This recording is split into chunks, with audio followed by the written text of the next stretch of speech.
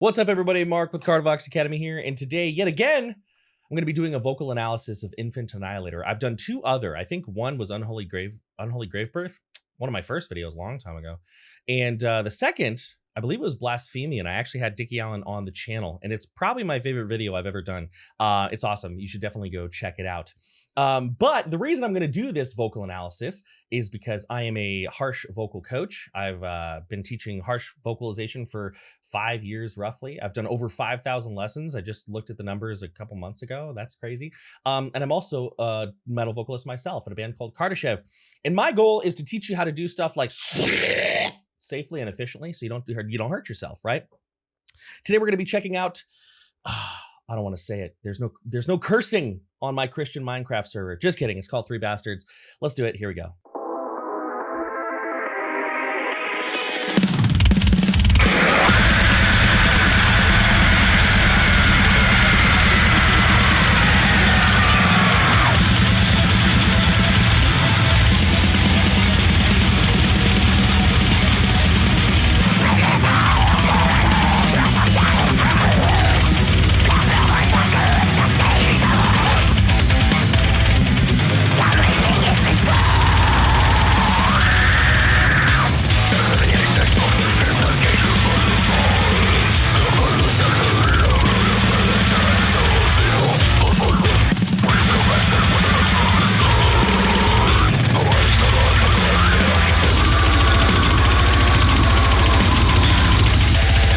Okay, so I'm going to pause it there.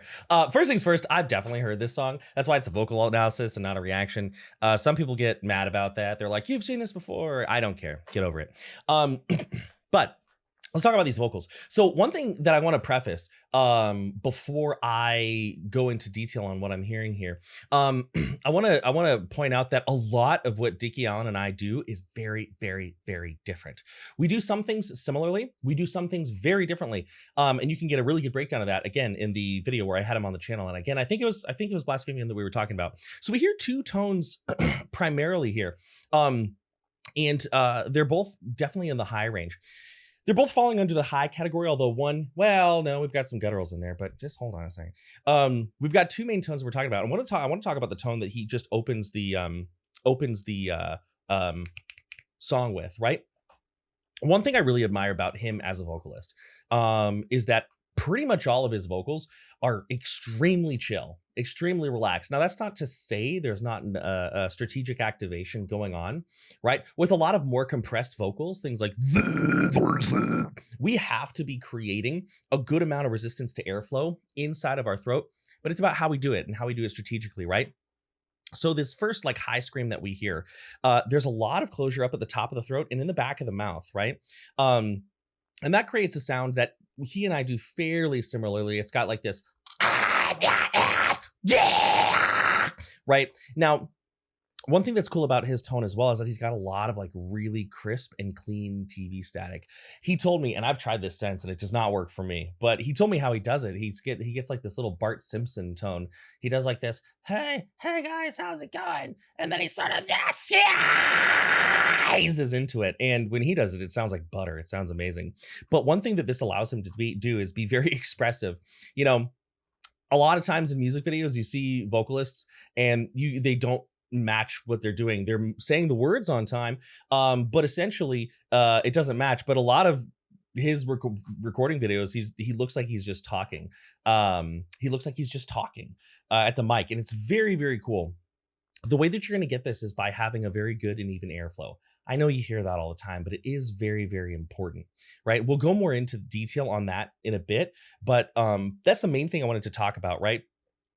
And the reason whenever I get new students, which is all the time, well, students that are new to vocals, there's this idea that there should be no feeling of tension whatsoever. And oftentimes when we start that way, or when we start, that is true. But generally speaking, we are going to get to a point, especially if we're getting into like the more extreme side of things, where we will have to close up that space.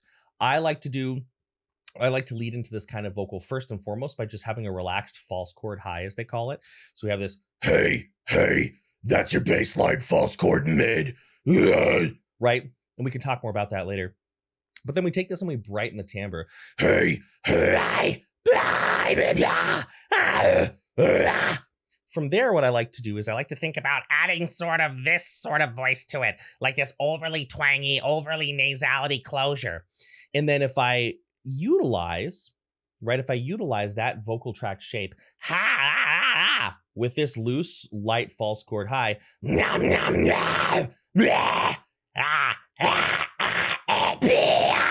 creates a much crisper, chunkier tone. Let's keep going though. Let's keep going though, because there's a lot to talk about. It's February and it's already hot. Jesus.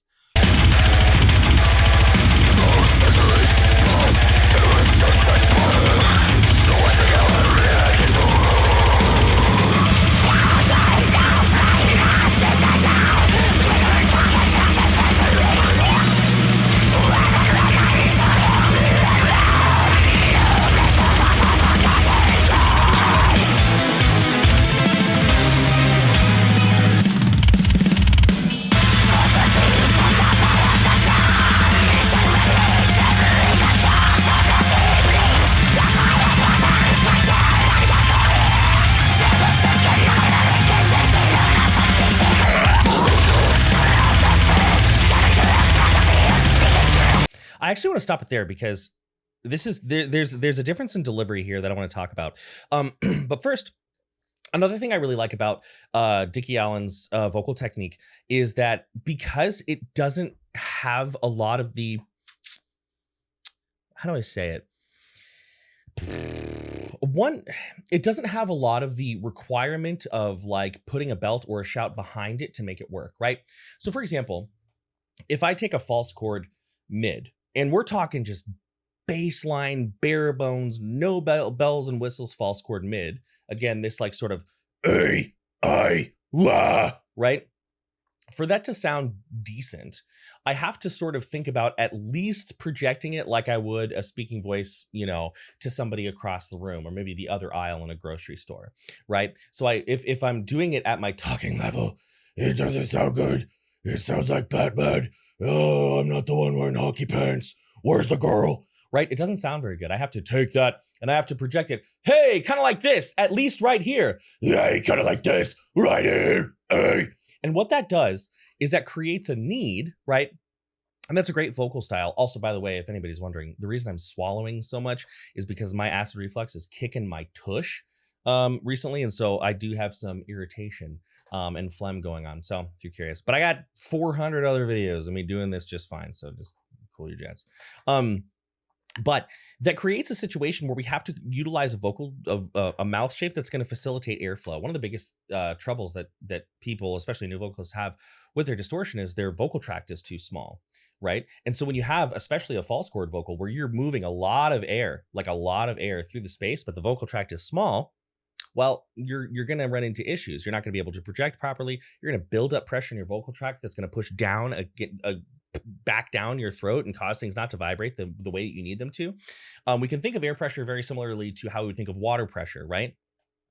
Now, the difference is when we're using more compressed styles, we're using more compressed styles, we have a little bit more leeway to close the mouth down, right? And to do very small vocal tract shapes. And that creates some very cool stuff that you'll notice him doing, right? Again, I'm going to use a slightly different distortion generation, but I'm going to achieve a similar color and texture to something. So if he was to say the word you, right, to scream the word you, and he's using like a, like something more compressed, this, it's narrow in the lips and the tongue and the back of the mouth. I'm not going to say it would never work, but it'd be very difficult with a false chord to make that sound good. A baseline false chord. Hear how my voice is wanting to peak in a way that doesn't sound balanced or intentional? If I take something more like this, you can create these really cool, very narrow, very like snipery vocals, and it's super interesting to do. You ain't gonna start there though, and he's really good at it. I think he might be one of the best at moving in and out of it very quickly. Open, close, open, close, open, close. He manages to take one, he'll carry the same vocal style over a longer period of time, than a lot of vocalists who do these types of vocals. There's usually a lot more movement, but the way he adds nuances through the shape of the vocal tract, how open is it, how close is it, how much pressure is he adding, and I think that's really neat. And the last thing that I'll just say, because we're listening forward now, this allows you to narrate very easily, right? With different levels of intensity. Check it out. Listen for yourself.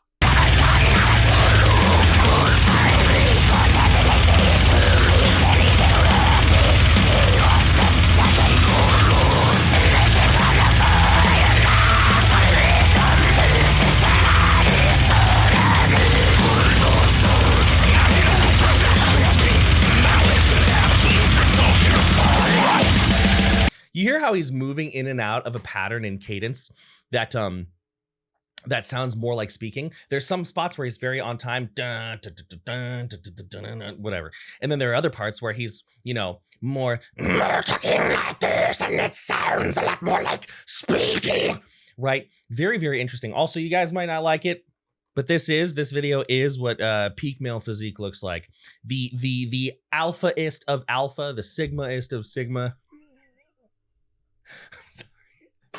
Oh God. God, I sound old. I'm gonna stop myself there. But really, this right here, this is the physique we all should strive for. Amen, brother. Amen. Here we go.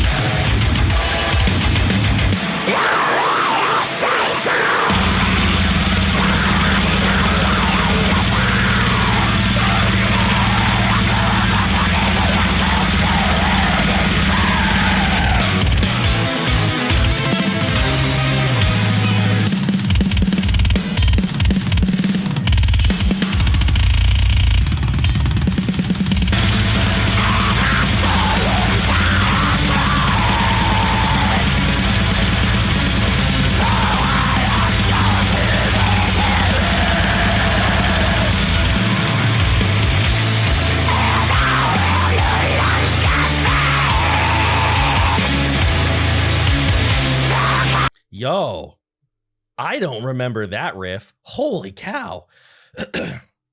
Anybody who's watched more than a few of these videos knows that I love more down tempo.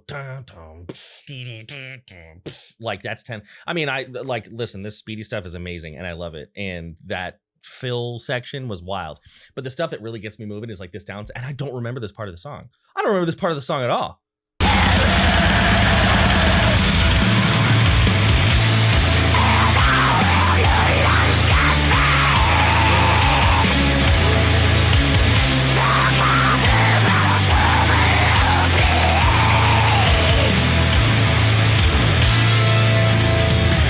That was sick.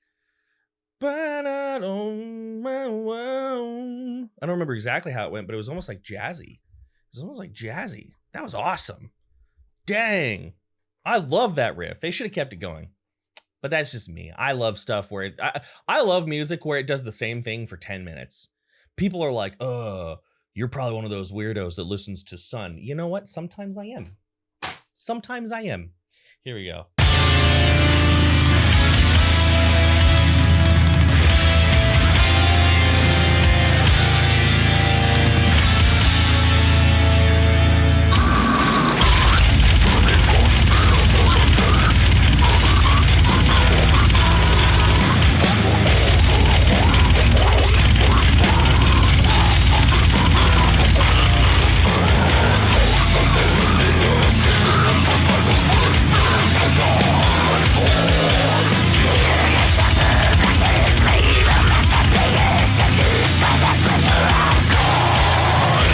Yeah, did you hear how he said Lucifer?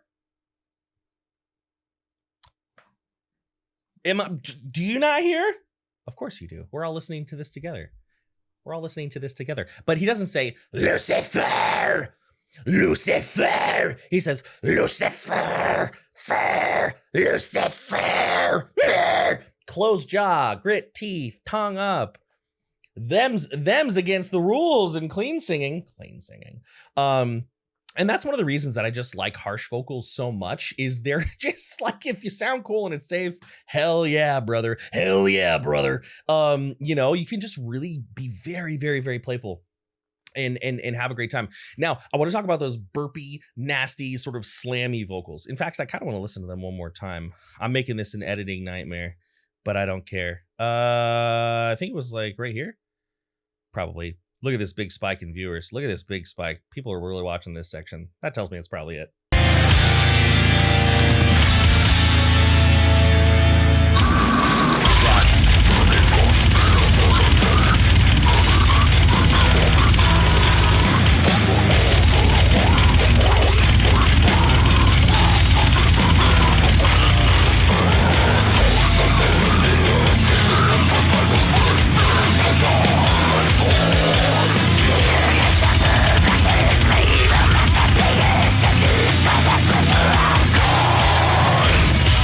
So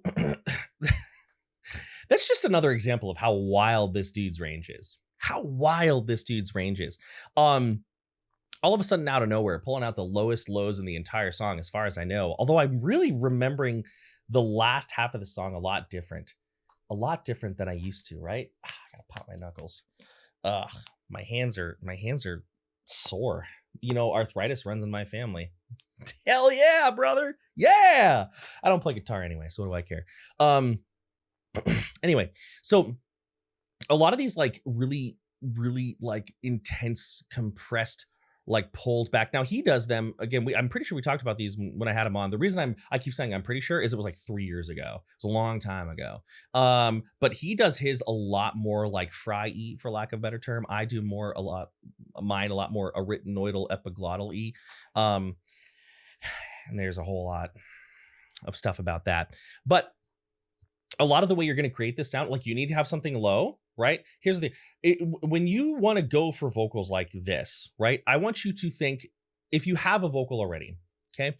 I want you to think a lot less about false chord versus fry versus arytenoids versus epiglottis versus whatever, right? Unless that's just interesting to you, then hell yeah, brother.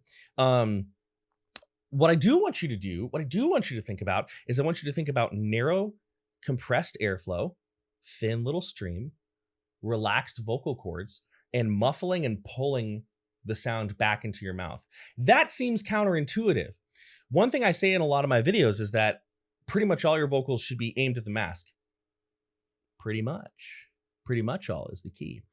So if I do like a traditional guttural, again, I'm going to do this differently than him, but I'm going to be shooting for a similar texture and color, right? If I do it forward like I would do a guttural, it sounds cool, but that doesn't have that slammy, burpy sound. One way that we can achieve this is by taking the tongue that's curled, slide that. I was gonna say a curse word and demonetize myself. Yeah, they say you can't curse on these videos, but I've dropped a lot of F-bombs in the past 5 years, so I don't know. I still try to avoid it, but sometimes I have students, they get into lessons with me, and then I like curse like the average amount, and they're like, whoa, you're a lot less wholesome. And I'm like, what's that supposed to mean? Anyway, so if I take this right there, it's important to know that I'm going to let the air, sorry. It's important to know that I didn't mean to do that. I'm going to let the air escape around the sides of my tongue, right?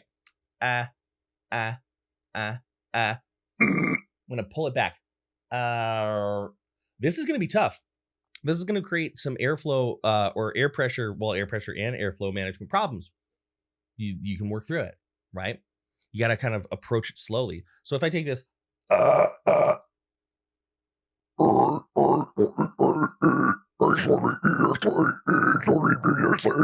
right, it gets a little bit more of that, like, you know, gets a little bit more of that burpy sound, less like Shadow of Intent, more like what's that like really slammy album with like the alien popping out of the album artwork? It's got the alien popping out of like the test tank or whatever. I don't remember, but I remember the vocals sounding like that. Not like that one album with the Megalodon. That's a wild album. Oh, man, why can't I remember? If you want to listen to some, like, those are the first slam vocals I think I ever heard. The album with just like the big like zombie shark and the diver, I think. If you know what they're called in the comments, let me know. But yeah, it's just this guy's articulators are so acrobatic and in a way that I find tasteful. The word tasteful to describe Infant Annihilator is an interesting choice, but that's what came to mind. Let's keep going.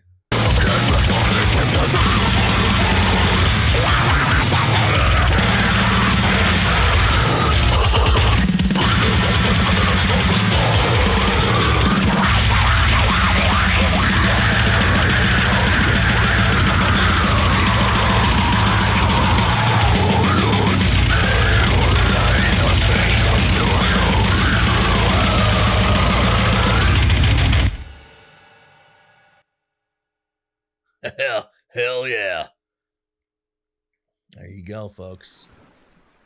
That's got to be the thumbnail. Right, like right there. Like that's got to be the thumbnail. Oh, I'll find it later. You know, I'm going to tell you, making thumbnails is my least favorite part of the job, but it's one that you got to do. It's one that you got to do, right? Anyway, there was a scream at one point where it sounds like the tongue almost came out of the mouth. He had like his mid. No, that's not it. Maybe that was it. I don't remember. Anyways, that's going to be the face for the thumbnail too. It's so dumb. I hate those thumbnails. If I could just be transparent and drop the YouTuber facade, the thumbnails with the dumb faces, God. But listen, I've uploaded over 400 of these things. I can't help that. That's what everybody clicks. If I had a thumbnail of me just going, nobody's clicking that. I've tried. Doesn't work. What do you do? Now let's talk a little bit. Let's wrap this up. What are we at? 24 minutes pre-editing. Okay. Let's wrap this up a little bit. I want to talk to you about different ways that you can approach compressed vocals, because here's the thing, right? Here's the thing. It is true that the vast majority of the time we do not want to be creating a ton of pressure inside our throat. It is also true that we need a very strategic pressure in the tissues above our vocal cords, the supraglottal tissues, right, in order to create these distortions, right? And there are plenty of studies out there. There's plenty of information out there. There have been many people who have, you know, both through experience and study and whatever, looked into this, right? That it is okay, right? It is okay to engage those tissues if you know how, if you know what you're doing. The main way that I find, my main method, I'm gonna just tell you how I teach it, right, is I first make sure the student has something relaxed. It doesn't even have to be good. It can just be, that's it. Just so they understand the relationship of varying levels of engagement and distortion. Okay. Then I teach them how to create some sort of silly voice that actually has a good amount of vocal cord engagement in it with the distortion. So the most common one I'll use is, hey guys, what's going on? My name is Mark and I like pizza. Right, to do that, I have to take the chords. Strong with the force he is. Hi-ho, Kermit the Frog here. That's the main one I'll use. Not the only one, but the main one. And then if I can hold on to that distortion with while removing the vocal cord engagement, now I have something that I can press on a little bit and it's going to sound cool. Check it out.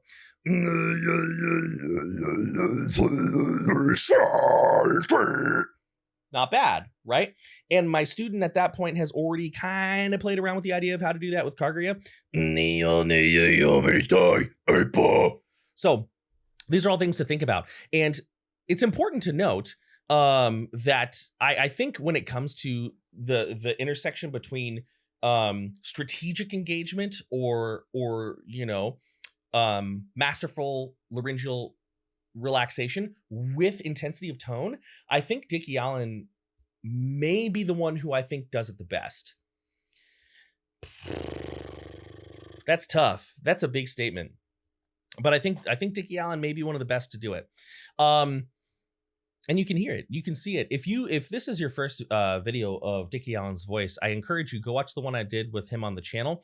And then there's a lot of stuff with, I don't know if he's posted it recently, but there are clips from his streams and stuff from like Instagram where he's recording, and it looks like insanely easy. I've been doing this for like 15 plus years, and even I see how relaxed he is, and I'm like, geez, dude, how the heck?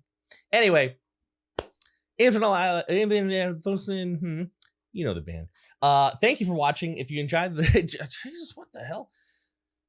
Like, share, subscribe. I give vocal lessons. Hit me up at KardavoxAcademy.com. Many thanks, much love. I'm out.